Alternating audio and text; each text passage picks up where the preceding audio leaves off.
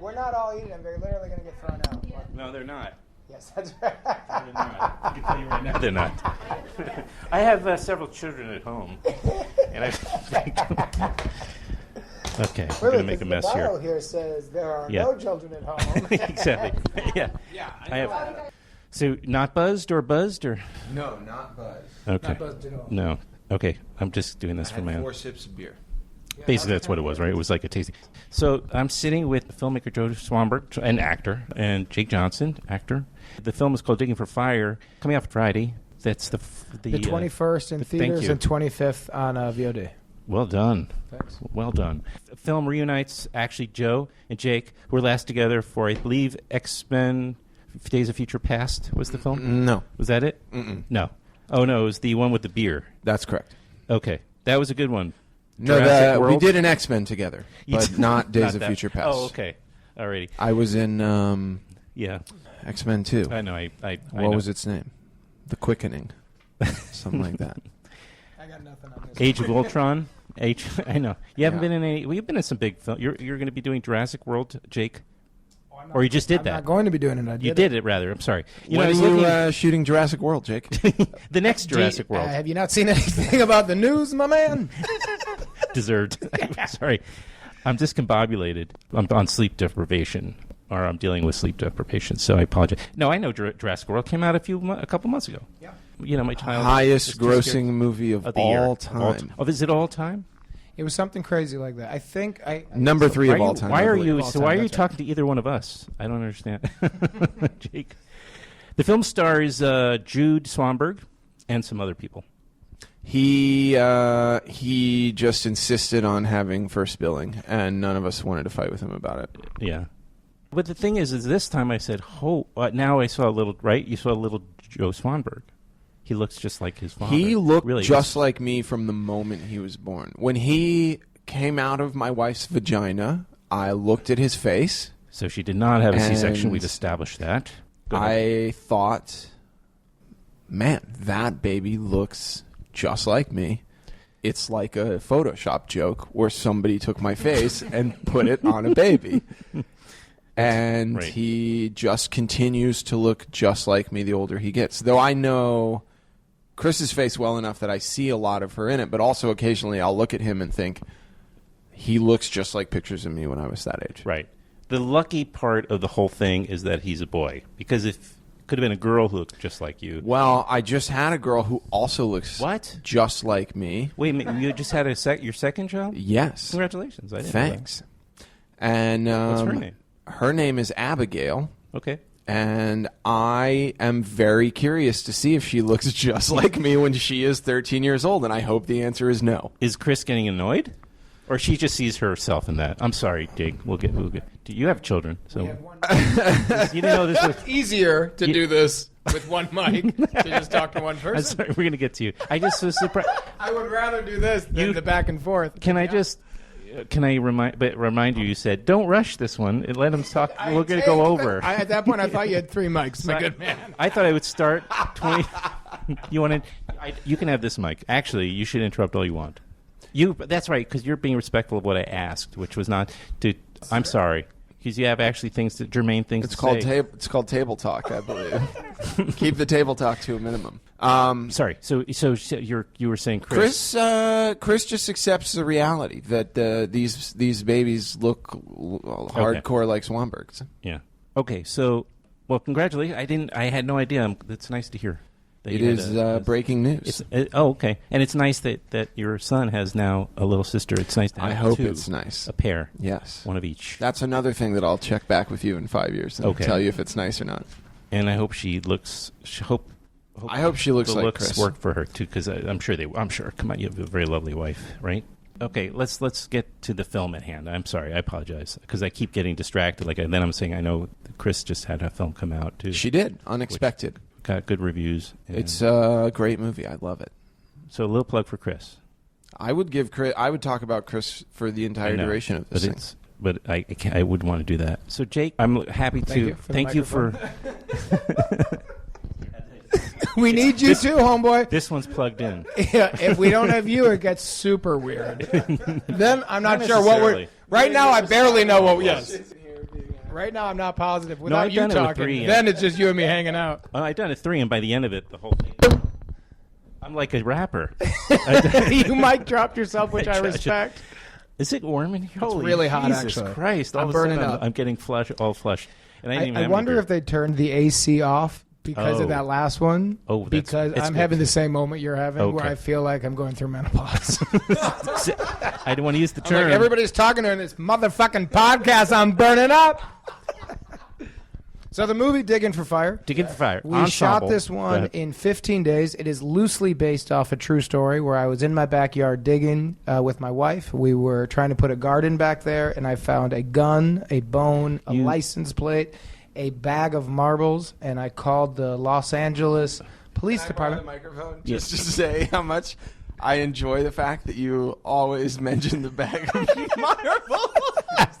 But also, I don't know how to picture them. So will you please elaborate on what I was sure you were going to say something about losing yours. Yeah. So the reason that I always mention the bag of marbles is because it is based in truth, and I don't want to just sell how many marbles? It was really scary, actually. So it was about 25 to 30 marbles in like the thick shooter kind or the little normal guys? Like a dime size one. Yeah, okay. Yeah. And so the part of the story that I'll say in this podcast that I haven't been doing in press, for example, on the Today Show, is how, and I don't know if I've talked to you about this, how stoned I was throughout the entire process. So when we were doing it, it was right before I was doing the Paper Heart press tour. Yeah. And I had 12 days before I had to do a tour, and I was so nervous. I'd never done anything like it. And I just started getting into Woody Guthrie. And I just started like buying really good California weed. So I was smoking so much grass. So everything I found was the most terrifying and exciting thing. Right. So the bone was like... There's just intense paranoia through the whole process. And so it's funny that you mentioned the marbles because I haven't known why I need to bring it up. But there was that was a horror movie. It hit you. It registered. Yes. Like it was. I saw the marbles are a big piece of that experience. For me, the gun, I was like... To Aaron, I'm like... Honey, I know that this could be a cap gun. I'm not an idiot. Yeah. While I had a joint in my mouth with no shirt on, plastic Woody Guthrie. And I was like, the license plate, and then I had a bag, and as I pulled it up, when I saw marbles, I could have started crying in fear. I was like, what kind of animal? Yeah. And she's like, well, it could be just a kid's marbles. And I'm like, thank you for saying that because I was in an utter panic. Yeah. But so I found all that stuff, and I called the LAPD. And I told them what I'd found. I said, I found this stuff in my yard. And they said what they say in the movie. We took that scene directly, which was a few discussions if we were going to do it. And then we decided to. And the woman on the other line said, it sounds like a bunch of garbage. And I go, or a dead person buried in my yard. But that's why I'm calling you. She goes, what would you like me to do about it? And I said, well, you're the police. She said, it's not our job to dig out somebody else's garbage. So if you find a dead body, then call us and we'll come. Years later, Joe and I are talking. We did the movie Drinking Buddies, and we loved working together, and we wanted to make a movie that was somewhat of a follow-up to it, but not a Drinking Buddies Part 2, for no other reason besides we wanted to do something different. And so I pitched him this loose idea about the dead body. He got excited. We started talking, and then started talking about we didn't want to make a movie just about digging on the side of a hill. So we started talking about a relationship and what it meant, and then a few months later, we came up with an outline for Digging for Fire. How many times did you watch Stand By Me as a kid? Over 500. Same here. I mean, that was a movie I that adore it. my brothers and I just love it. It could end, and we could just rewind it and start the movie right back from the beginning. And the final scene where he hears the voiceover and he's writing, to this day I get emotional. And the arc of a group of people saying, what do you want to do? Do you want to see a dead body? And you drop everything to do that because what else is there? Is, for me, going back to our conversations about story and filmmaking, that's story. Yeah. That you frame it with, I'm a writer now. Yeah. I'm not the guy I was. Will I ever have friends like this? Yeah. But what's the story about? You're building towards seeing the body and you see it and then something happens. Yeah. And so that aspect, we talked about Stand By Me a lot for Digging for Fire. But then we really, and I credit it to, while you weren't here before, you brought the Swanberg isms to it, and that is a really intense adult relationship and the ins and outs of marriage. Well, when you started talking to me about the story, it just immediately started to register for me in those terms. Like, it was so natural that stuff came to it, because I thinking about this guy. I mean, I know you were telling me a story about you, but thinking about a man in his backyard with his grown friends on a sort of Stand By Me mission immediately makes me think of a guy who is yearning for a sense of childhood that got lost somewhere along the way. He's like, I still need an adventure. Like, I haven't reached my quota of adventure yet, and there's something going on here. And I'm like, who is that guy? Who is his wife? Like, where is this desire coming from to still do this, to like get the boys together and to like have this night? And it's sort of it's also, they're in this kind of like big playhouse. Yeah. It's like a big playhouse that they've got the keys for Yeah. the weekend or whatever amount of time. And That's Hollywood, man. Yeah. This big, nice play area But- where you don't live, and the rules are different. And But so that's an interesting thing where you said that's Hollywood. So I get asked a lot about this movie, about why are so many faces and why so many celebrities. And what's funny about it is that's not Hollywood, but that is Hollywood to somebody from Chicago Yes. who comes in and visits. Yes. And while they're visiting, they go to like some weird party where they're like, who's here? Wait, that actor and that actor? And so the thing that I realized in talking about it in press was this is Joe Swanberg's Hollywood movie. Absolutely. It's an outsider's picture. And I always felt that your character naturally represented that for me. It's why I was so excited about you wearing the Chicago Bulls stuff and everything else. Because it is Joe Swanberg's Hollywood. It's absolutely my experience of going to Los Angeles for work and playing in this other area and then going home. On some level, I'm going to say because you surround yourself with it's an ensemble film, as you said, Jake, and you were surrounding yourself with very, very your intimates in a way. I mean, somebody was recently on this podcast, Kent Osborne. Even you had. It's nice to see. It's like you're shrouding yourself on some level too. Like, so you take whatever you had in Chicago and you're bringing it to your new home. Yeah. Your recently new home. It also reminded me on some level, because of that ensemble, really in the best of ways, of like Altman at his best.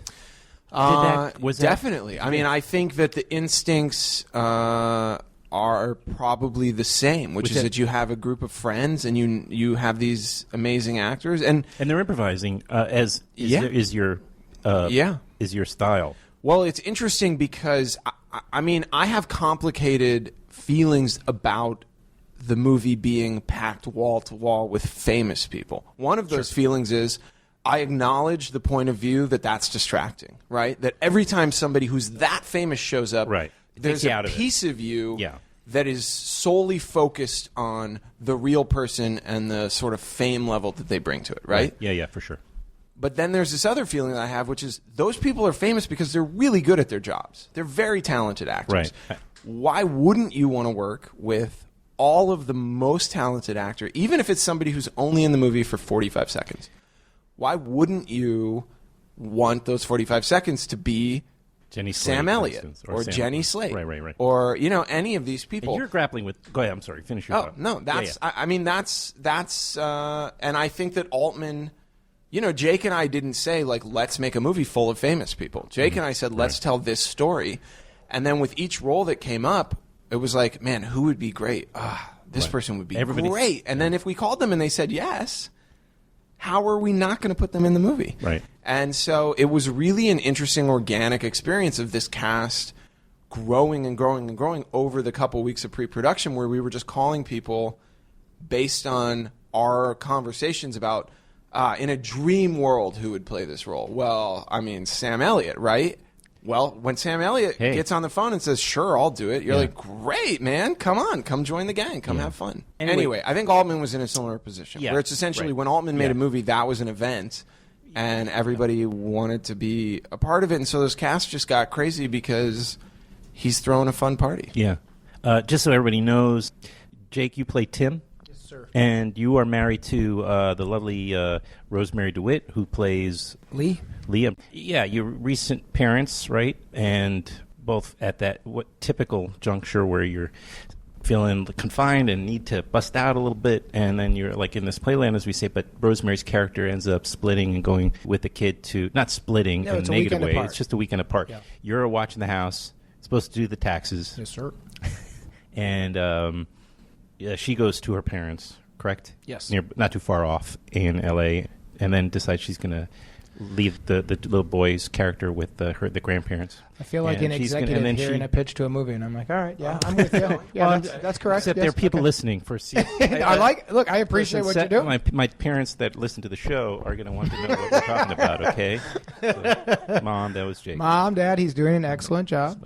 My parents. Anyway, so that's the backstory, and then, back at the house, all the friends show up for a party, and meanwhile, Tim's very swept away, as we already said, with having found these remains. That's right. Which Lee has told Tim before she went. It's creepy. Yeah, it's creepy, and also we don't own this house. The house belongs to one of her clients, right. So she's like, we are visitors here. So, and you're digging up the yard. So have fun on this weekend. Yeah. Hang out with some friends, drink beer, eat pizza. I'm not your warden. Right. But don't go digging up in somebody else's backyard. And don't invite Sam Rockwell. What's wrong with you? And don't let Christmas take his underpants off. There's a couple of really kind of creepy things, though. One thing is it almost feels like it becomes, it's almost going to become a thriller or some sort of, maybe not thriller in what we now call thriller, but suspense film. Yes. Because you're digging stuff up and it's getting darker and darker. Absolutely. And like, where is this going?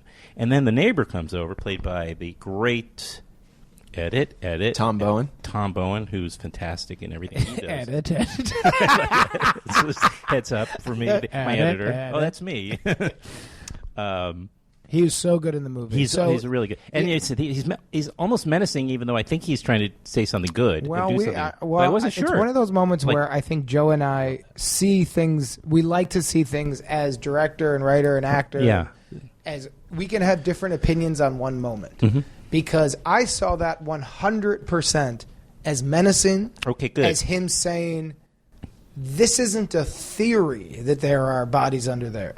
Right. There are bodies under there, and I'm telling you to stop looking for them. Right. Or I'm going to come looking for things you care about, because I care that people don't know what's on that hill. Good. And so that's how I interpreted it. Yeah. But some people have seen it more of like, he was saying like, hey man, be careful, don't go looking for something there where they could come looking for you. Did you write that scene, Joe? I mean, because that was real sophisticated. Really subtle and sophisticated stuff going on in there, and not that you're not capable of that, you are. In terms of how it works, I mean, Jake and I met up with Tom at a cafe, talked to him about the character, how we saw the scene going. Improvised. Knew it was going to be one scene. And he went away and came back with a ton of material. I mean, he, in the 2 weeks between when we sat down with him and when we shot that scene, created an entire backstory, got to set, talked to Jake and I, said, this is what I think. Here's what I've been working on. I think it was this guy. I think he's lived in this neighborhood for this amount of time. I think that's typical of the actors that we work with who care. They're not showing up to phone in, 5 hours of a performance. They're excited to come and play. And so all that richness is added to by every single person doing their homework and wanting. But that scene, I think it's cool you brought it up, is a very important one for me in our discussions, because that's right in the middle of that second act. So that is right when the movie's kind of going, the journey, and now it could be a guy just keeps looking on this emotional, spiritual journey of finding something, and Lee's character is on a journey to also look for what she's looking for.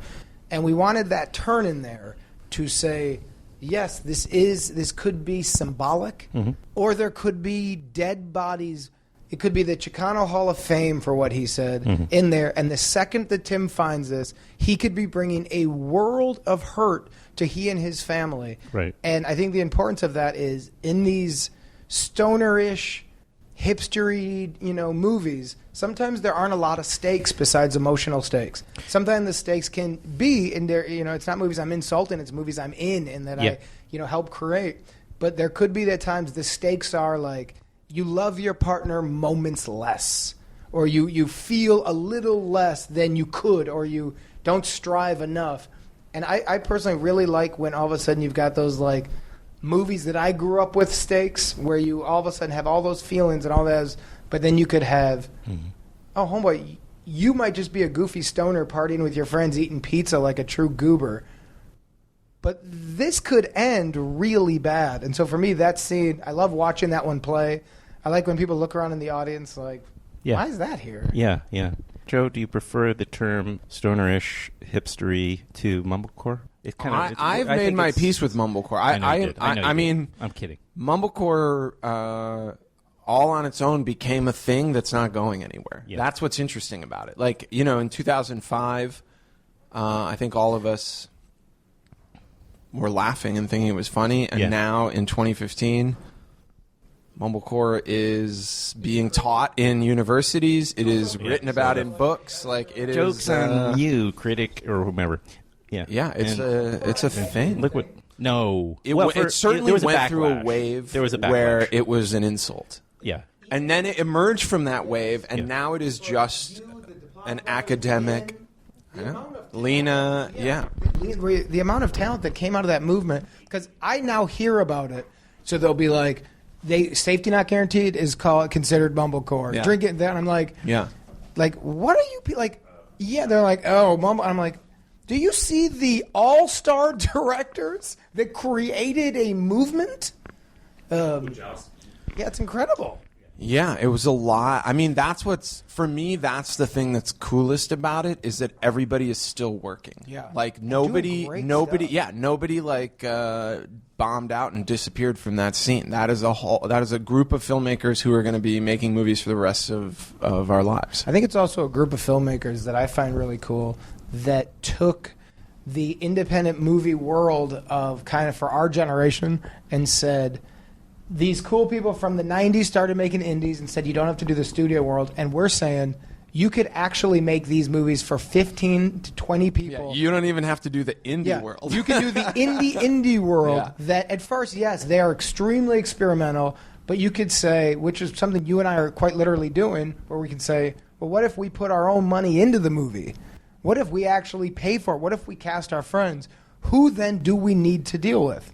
And it goes further into this world of 2015 with Twitter and Instagram and social media, where all of a sudden you get to the world, if you have enough people who care about what you do, well, why do you need anything besides a group of talented people who make stuff and a direct link to the people who want to see it? And why can't that be it? Yeah. And that, to me, was the start of mumblecore, where I'm like, guys, for everybody doing cool, creative stuff, let's turn that vibe on mumblecore and start applauding these people, personally. Yeah. Absolutely. I mean, that was its lasting impact. And I do think also that one of the interesting things about it is that almost every one of the mumblecore directors is also an actor, which brought a kind of performance style into the mainstream. You know, with Mark Duplass and Greta and some of the people who were working on the earlier movies starting to do TV shows and sort of be more in people's living rooms. Yeah. Their performance style is a kind of hyper-naturalistic style that we were not seeing, and that's why we started making those movies. Yeah. You can't actually turn on the TV without getting Duplass in your living room now. Yeah. Not a bad thing. It's really incredible what's going on. Yeah. I want to mention, because you were talking about the two of you producing the film. But those mumblecore movies suck. I mean, let's be honest. Yeah, I don't even know which films you're referring to. But the third... My sad reality is neither do I, actually. I just know the something about Hannah and her sisters. Yeah. Alicia Van Couvering is the third producer. She's been on the show, too. Did you see Welcome to Me? I did. It's kind of a really interesting, little quirky... I don't know. Another kind of strange movie that got I think made Kristen Wiig's career is one of the coolest that's going on right now. She is doing nothing but interesting, great stuff. Yeah. It was a really quirky film, and I really felt good after I saw it. You know what I love most about her? They were like, so Bridesmaids 2? And she was like, I cut the shots. How fucking awesome is that? That was like an easy... I mean, come on, man. That's another house. That is... I know. I mean, that is just so cool and so rare. And what's crazy is that used to be standard operating procedure. Actors who made a hit movie were like, yeah, cool, we did it. And then if they made a part 2, it was the like sub characters from the first one, and then the studio was just like, oh, we can milk some more money out of this, so let's take the neighbor and make him the lead of part 2, because the real actor was like, yeah, I'm off doing new projects now. Yeah. And these days it's just like, okay, cool, the first one worked great, I can do 7 more. And Kristen Wiig was like, no, I made that movie. Right. Why wouldn't I go do new movies that I haven't made yet? This is the think guy she's awesome. I agree. This is the guy who directed the first 9 minutes of Uncle Ken 2. Sell out. Yeah, This true. is what you're. It's funny because you do. And I was this is able what to we're- say yeah. in the first 9 minutes of Uncle Ken 2, I hate sequels, man. This is what's wrong with the it's movies. It's funny. It's a good. We'll plug that too, because That was- that's got to be coming out eventually. I assume. Maybe I don't know how it's coming out. So, but what was I going to say as we wind down?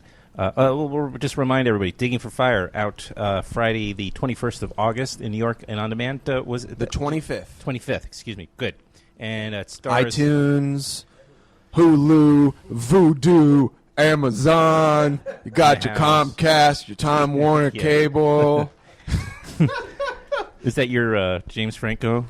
Remember? No, I think there's was that some from, clip that I heard about from some Atlanta senator Oh, okay. who was writing a law that was going to not allow craft beers to be sold in certain quantities, and his attitude was, "What's wrong with the beers we got?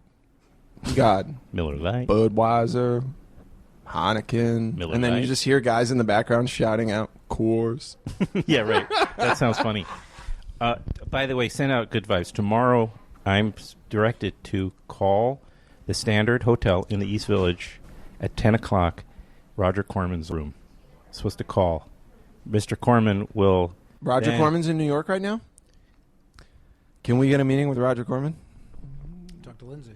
He's a major hero of mine. I can't tell you. I'm so nervous about it working out. I've been pursuing Shit, this. this might be He's the only doing- chance I have to meet him. I Come with might me. have to go stalk Roger Corman. Listen. I'm telling. This could actually also. You should come with me. You'd be on the podcast too. But I'm getting. He's going to tell me when and if. When and if. This is All right. this- Well, listen. Can- If is Roger that Corman incredible? gives you the thumbs up, and I'm allowed to tag along Yes, for you that, are. I know. will take He's you doing up on 2 that. appearances, also, so you know, at the Film Anthology Archives this weekend. Maybe Friday or Saturday. I'll or be Saturday or gone Sunday. already. Oh, I you're got right. tomorrow's my day. Okay, let me see what happens, and I promise you, Yeah, I we will. leave I have your Saturday email. morning. Yeah, so man. I'll just email you. Thank you, guys. Even if I can just shake his hand. I know. I don't care to even just go there and just change his mind. Thank you. Thank you.